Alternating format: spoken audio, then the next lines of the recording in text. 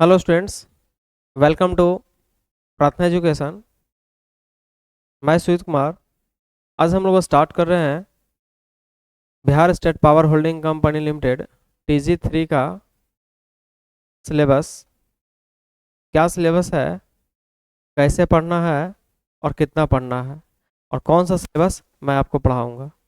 ये बिल्कुल यूट्यूब पे फुल्ली फ्री क्लास होगा, तो आप लोग इस चैनल से बने रहिएगा। इसमें हमें पढ़ना क्या है, सिलेबस क्या है, हम उसका चर्चा करने वाले हैं।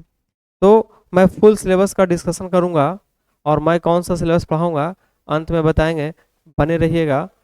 जनरल नॉलेज सबसे पहले है। फुल जो सिलेबस दिया है हम उसकी बात करें। आप लोग सिलेबस देखे भी हैं, लेकिन मैं इस सिलेबस को फिर से डिस्कशन करूंगा, ठीक है। जनरल नॉलेज 10th लेवल किस स्तर का पूछेगा आपको जनरल नॉलेज, तो 10वीं स्तर का। क्या है पहला भाई, तो current affair, national and international. कैसा करंट अफेयर, तो नेशनल एंड इंटरनेशनल की।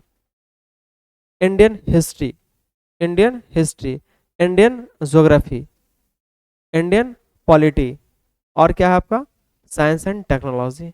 ये आपका हो गया जनरल नॉलेज, जिसको बोलते हैं जीके। क्या बोलते हैं, जीके। तो जीके में आपका 5 टॉपिक है। 5 टॉपिक से आपका क्वेश्चंस पूछा जाएगा। आपको मालूम है कि 100 क्वेश्चंस का एग्जाम लिया जाएगा, जिसमें से 50-50 या 60-40 रेशियो का क्वेश्चन आता है। 50-50 कहने का मतलब है कि 50 टेक्निकल पेपर और 50 नॉन टेक्निकल पेपर। तो ये जो भी हिस्सा हम बताए हैं ये नॉन टेक्निकल पेपर का हिस्सा है, ठीक है। नॉन टेक्निकल में भी कौन कौन सा टॉपिक आते हैं, तो ये पहले जीके की टॉपिक है। इसमें आपको और आगे के टॉपिक हम बताएंगे कि रीजनिंग आएगा, हिंदी आएगा, इंग्लिश आएगा, कंप्यूटर आएगा। ये सारा नॉन टेक्निकल पेपर। इन सारे टॉपिक को मिला करके आपको 50 क्वेश्चंस पूछा जा सकता है, या फिर 40 क्वेश्चन पूछा जा सकता है। यदि 60-40 रेशियो रखा तो ये, और 50-50 रेशियो रखा तो 50 क्वेश्चन। क्लियर। इसको आप लोग नोट डाउन करेंगे। सिलेबस आपके सामने होना चाहिए। जिस चीज़ की तैयारी करें उसका सिलेबस आप अपने पास रखें, ठीक है। तो ये आपका 5 टॉपिक हो गया आपका जनरल नॉलेज में, जो कि 10वीं स्तर का पूछेगा। आगे बढ़े हम लोग, तो आगे देखते हैं लॉजिकल रीजनिंग। ये भी 10th स्तर का। लॉजिकल रीजनिंग ये भी 10th स्तर का। पहला टॉपिक इसमें क्या होगा, एनालॉजिज होगा। सेकंड होगा similarities, problem solving, relationship concepts, space visualisation, arithmetical number series, arithmetical reasoning. ये आपको टॉपिक्स हैं, यानी कि इसमें भी 7 टॉपिक्स आपको पूछा जाएगा। इन टॉपिक्स को पढ़ेंगे, इसमें से आपका 5-6 क्वेश्चन या 8 क्वेश्चन जो भी हो इसे किया जाएगा। तो इन रीजनिंग से आपको ये 7 टॉपिक पढ़ना है। इसके पहले वाला टॉपिक हम लोग जीके की बात किए, जनरल नॉलेज की बात किए। ये आपका टॉपिक हो गया, रीजनिंग का टॉपिक हो गया। इसको जल्दी से आप लोग नोट करेंगे। आगे हम बढ़ते हैं, आगे की बात करते हैं। नेक्स्ट है जनरल हिंदी। ये भी 10वीं स्तर का। हिंदी से भी सवाल आएगा, ठीक है। तो देखते हैं कि इसमें कौन कौन सा सिलेबस है। तो ग्रामर है, व्याकरण। व्याकरण का मतलब इसमें आ जाएगा आपका संज्ञा सर्वनाम विशेषण, है ना। जितना भी आप लोग पढ़े हैं उन सारे को इसमें इंक्लूड किया गया। वोकैबुलरी है, कंप्रिहेंशन है, और आपका फिल इन द ब्लैंक्स है, और आपका एरर डिटेक्शन है, एंटोनियम्स है, सैनोनियम्स। एंटोनियम सैनोनियम्स इसमें कहने का मतलब कि फुल अंग्रेजी में दे दिया गया है। ये एंटोनियम्स हो गया उल्टा शब्द, जिसको बोलते हैं विपरीतार्थक शब्द, और सैनोनियम्स हो गया पर्यायवाची, है ना, पर्यायवाची शब्द। तो ये आपका टॉपिक्स है जनरल हिंदी का। और क्या, फ्रेजेस एंड मुहावरे, है ना। मुहावरा और लोकोक्तियाँ होती है ना, उन सारे टॉपिक से भी आपको सवाल किया जाएगा। तो ये आपका हो गया हिंदी का सिलेबस। किस स्तर का क्वेश्चन पूछेगा, तो 10वीं स्तर का पूछेगा। इसको नोट करिएगा आप लोग। क्लियर। आगे चलते हैं। नेक्स्ट है जनरल इंग्लिश एंड कॉम्प्रिहेंशन। ये भी आपको 10th लेवल का। ये भी आपको 10th लेवल का। इसमें पढ़ना क्या है भाई,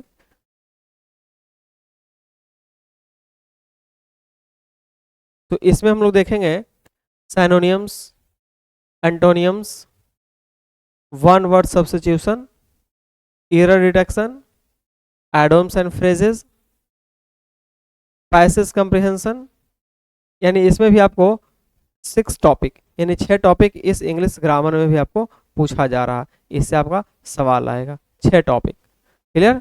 साइनोनियम सिनोनियम समझ गया, वन वर्ड सब्स्टिट्यूशन समझ गए होंगे, एक शब्दों का सॉरी अनेक शब्दों का एक शब्द जिसको बोलते हैं, कहाँ पे गलती होगा, एरर वगैरह है ना, सेंटेंस में एरर वगैरह होता है वो सब।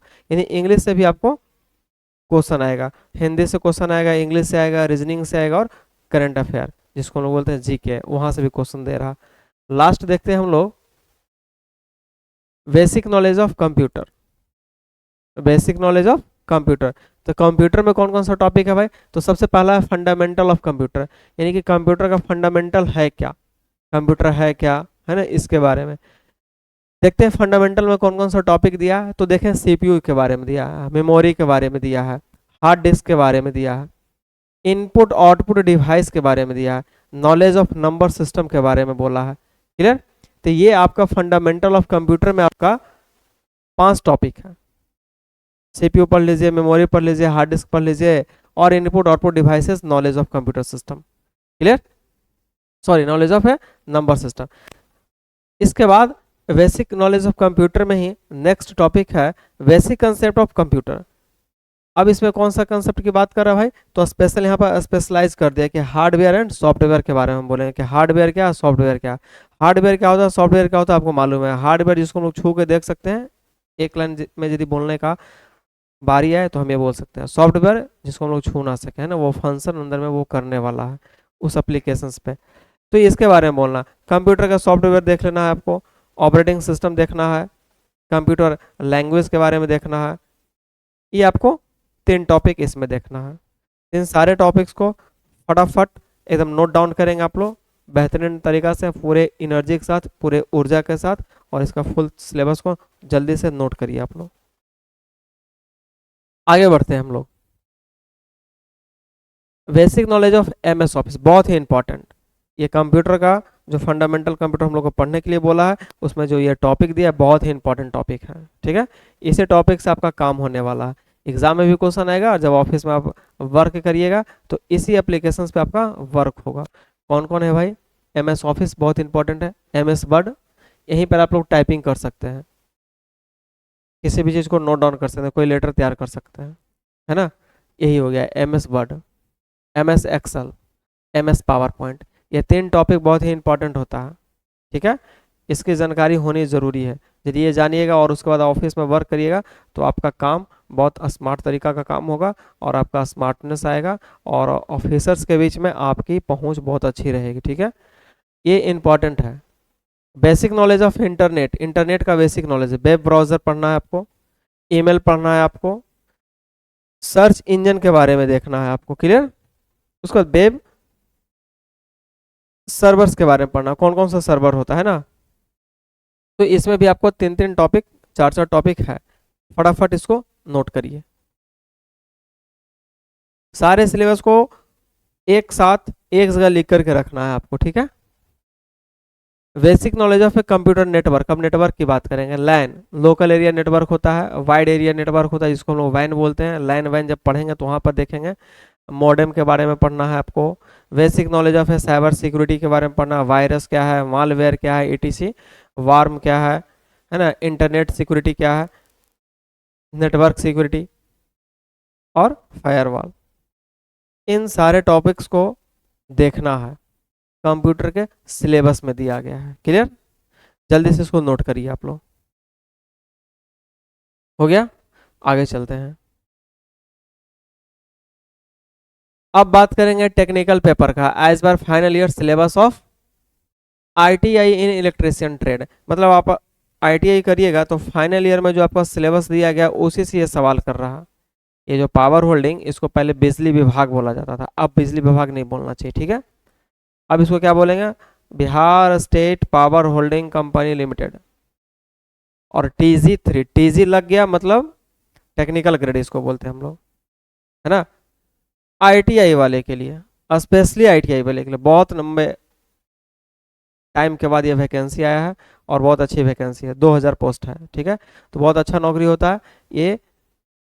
तो ये जो टेक्निकल पेपर है इसका चर्चा करेंगे हम लोग। इसके पहले का सारा चर्चा जो भी वो नॉन टेक्निकल पेपर हुआ, उन सारे टॉपिक्स से आपको 50 क्वेश्चंस के आसपास आएगा। अब जो यहाँ पर हम बताने वाले हैं यहाँ से भी आपको 50 क्वेश्चंस का सवाल आएगा, ठीक है। कभी कभी क्या होता है कि 40 60 कर देगा, 40 क्वेश्चन उसे और 60 क्वेश्चन इससे पूछेगा। तो देखते हैं कि इसमें कौन कौन सा टॉपिक है। तो ध्यान से देखना है, एसी मशीन वाइंडिंग के बारे में बोल रहा है, अल्टरनेटर के बारे में, circuit breakers, DC drive, DC machine winding, domestic appliances. Note करिए 6 टॉपिक। और आगे बढ़ेंगे, अभी और टॉपिक्स है।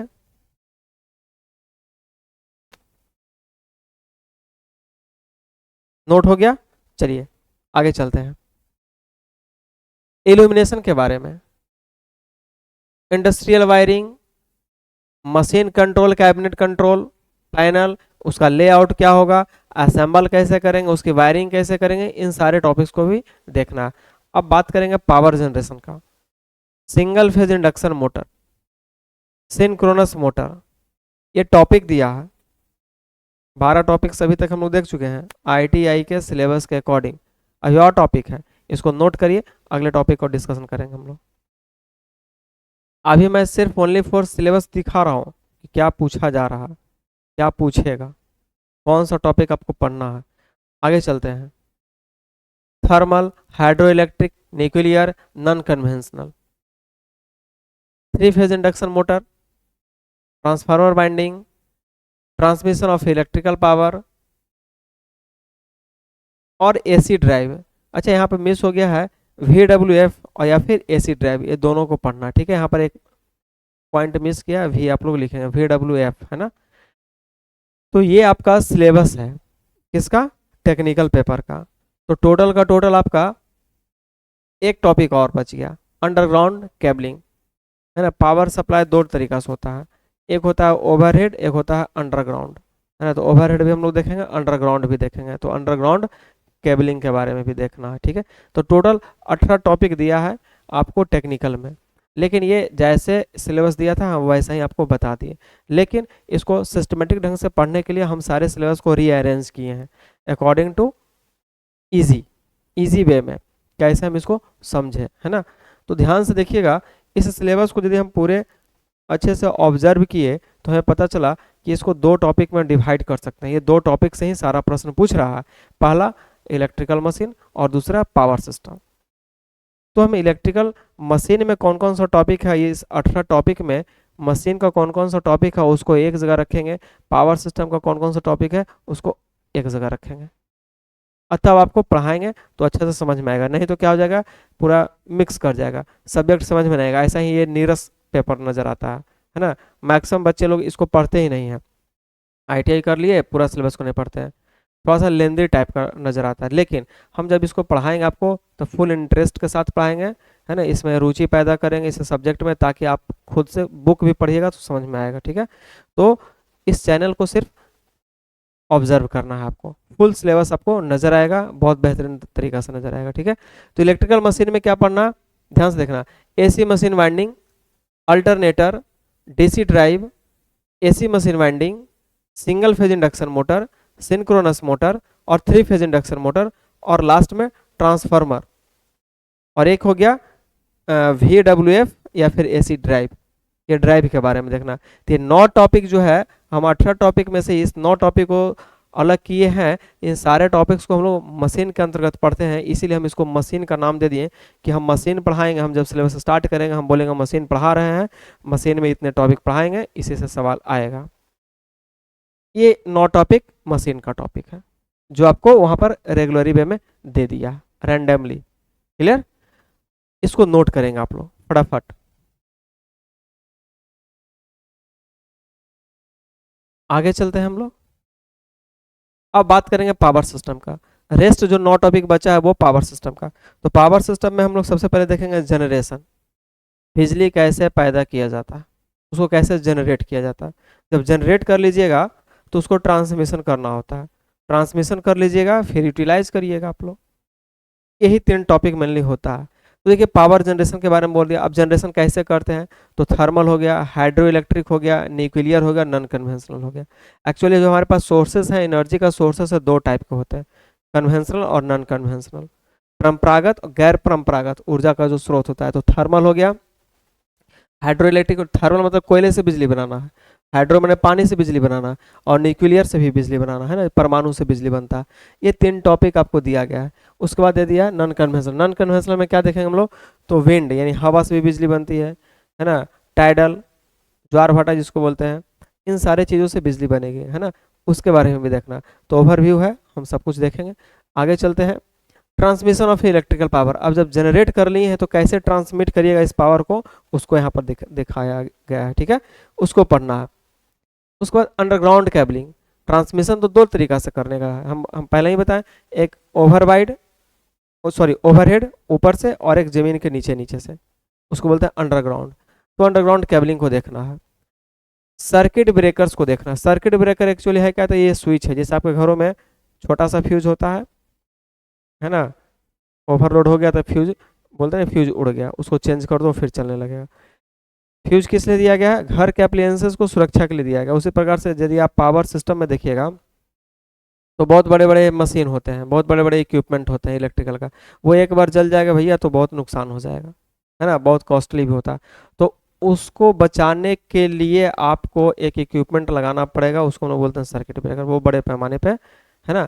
बस सिंपल समझोगे, घर के लिए फ्यूज, और जब हम पावर स्टेशन में बात करेंगे सर्किट ब्रेकर, और जब हम टॉपिक स्टार्ट करेंगे तब इंटरेस्ट आएगा, हम उसमें बताएंगे कि कैसे सर्किट ब्रेकर होता है, कैसे उसको ऑपरेट करते हैं, कितना टाइप का होता है, सब कुछ देखेंगे। डोमेस्टिक अप्लायंसेस, घर में जो भी अप्लायंसेस यूज कर रहे हैं ना, फैन हो गया, कूलर हो गया, वॉशिंग मशीन हो गया, एसी हो गया, इन सारी चीज़ों को हम लोग डोमेस्टिक अप्लायंसेस में रखते हैं, उसको हम लोग देखेंगे। ये सिलेबस दिया गया, इल्यूमिनेशन दिया गया है, इंडस्ट्रियल वायरिंग दिया गया है ना, मशीन कंट्रोल कैबिनेट है, और कंट्रोल पैनल है, इन सभी का लेआउट कैसे करना होगा, असेंबलिंग कैसे करना होगा, और आपको वायरिंग कैसे करना होगा, ये आपको 9 टॉपिक पावर सिस्टम में दिया गया। क्लियर, इसको जल्दी से आप लोग नोट करेंगे। तो ये हो गया आपका पावर सिस्टम का सिलेबस। तो कंप्लीट आपको सिलेबस हम आपके सामने रखे हैं। हम पढ़ाएंगे ओनली फॉर टेक्निकल पेपर, जिसको 2 भाग में डिवाइड किए हैं। टेक्निकल पेपर पढ़ने के पहले थोड़ा सा मैं एक और डिस्कशन आपके साथ करना चाहूँगा। इन दोनों टॉपिक्स को पढ़ने के लिए, मशीन और पावर सिस्टम को पढ़ने के लिए थोड़ा सा बेसिक आइडिया होना चाहिए। किस चीज़ का बेसिक आइडिया, तो मैग्नेट का। जितना अच्छा कॉन्सेप्ट मैग्नेट का होगा आपके पास, एक टॉपिक और होगा एसी करंट का, अल्टरनेटिंग करंट का। ये दोनों टॉपिक यदि आपको कंप्लीट है तो ये सारा सब्जेक्ट इजी वे में आपको समझ में आ जाएगा। लेकिन यदि वो सब कंप्लीट नहीं होगा, वो उसकी जानकारी, मैग्नेट की जानकारी नहीं है, आपको मैग्नेट की जानकारी नहीं है, आपको एसी करंट की जानकारी नहीं है, तो ये सब पढ़ने में और पढ़ाने में लेंदी महसूस होगा, हमें एहसास आएगा कि आपको समझ नहीं आ रहा। ठीक है, तो हम इन टॉपिक को स्टार्ट करने के पहले इन 2 टॉपिक को मैं पढ़ाऊँगा, चाहे 5 क्लास में ख़त्म हो जाए या 10 क्लास में ख़त्म हो, तब जाके मैं इस सिलेबस पे आऊँगा। क्लियर, आपके एग्ज़ाम तक के मैं मैक्सिमम प्रयास करूँगा कि पूरा का पूरा टेक्निकल पेपर मैं ख़त्म कर दूँ।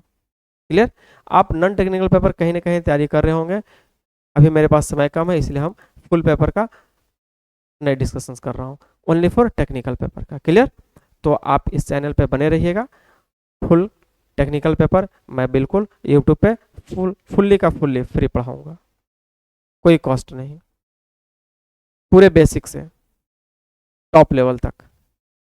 तो आज का क्लास हम यहीं पे समाप्त करेंगे, मिलेंगे अगले क्लास में। थैंक यू, जय हिंद।